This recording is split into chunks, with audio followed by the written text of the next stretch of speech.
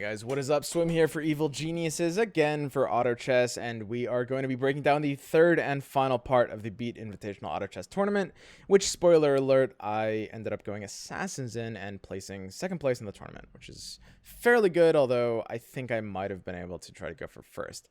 So I basically want to use this as an example to explain the concept of kind of build pathing as I've been doing in these other videos, specifically the number one most important thing in auto chess, knowing what key points are impacting your decisions to go, like, when do I go this build, when do I go that build. In this game we go Assassins, and I'm going to break down exactly why we decided to do that and at what points. We're going to be focusing on early game decisions. We're basically just going to be looking at the first 15 rounds of the game where these early decisions are happening, because after that we just snap off Assassins and the rest of the game basically plays itself. So let's get into it. Okay, so we get into the start of the match here. Nothing really fancy going on. As you can see, we scoop up an early Enchantress just because there's not really better options, followed by a Clockwork and Drow. So Enchantress isn't really a great opener, something you can pick up and bench sometimes.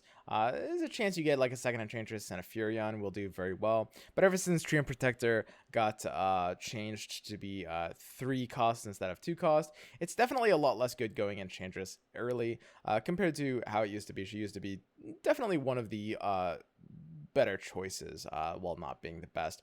We've got the Drow and the Clockwork. You guys know, if you've seen the other videos, these are heroes that I just like early. When in doubt, in the early game, Goblins and Mechs is just something that you can never really go wrong doing until, one day maybe they nerf them. But for the time being, Goblins and Mechs are just going to do extremely well.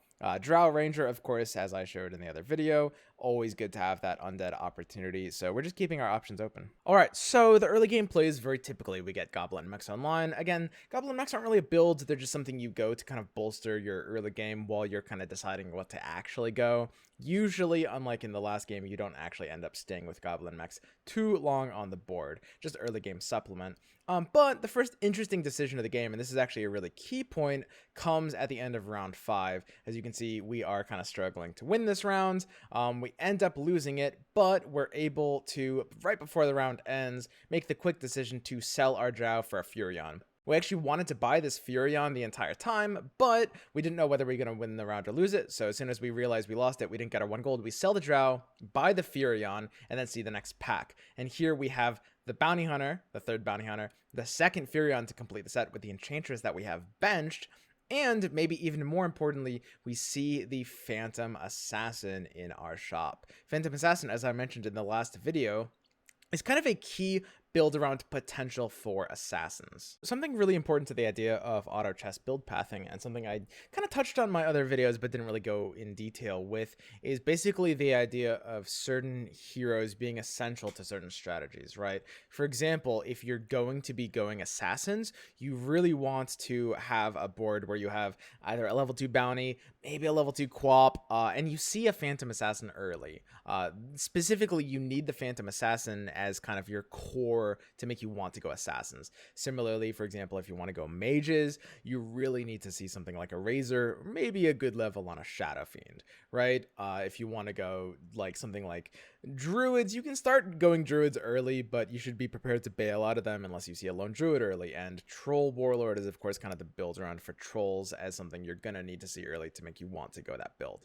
So it's really important not to just decide to go a build when you have a lot of heroes available for that tribe exactly, but when you see the one core build around that you need for the strategy you're going for. So next round, we see the Queen of Pain and kind of flip our board into an Assassin state, right? We're currently just going to bench the Druids that we have because we don't really need them yet. But really importantly, something that's making us think that Assassins might be good for us in this game is actually the Treant Protector. Treant ends up being maybe the single best tank for Assassins. Assassins are going to need a 3rd elf because they have Templar Assassin and Phantom Assassin.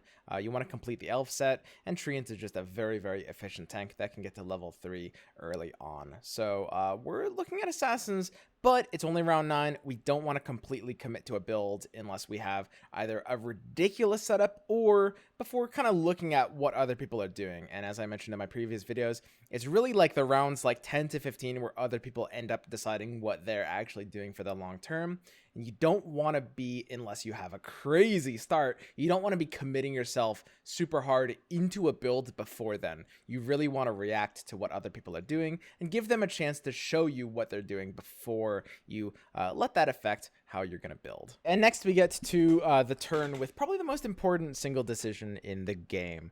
So around round 10, we end up finding the Templar Assassin, which is of course really good for our build. You love seeing that early. It's a fantastic hero, and it works really well with assassins. You kind of like, you know, we don't have a PA level 2, but it really helps scooping that up early, makes us feel good about our assassin choice.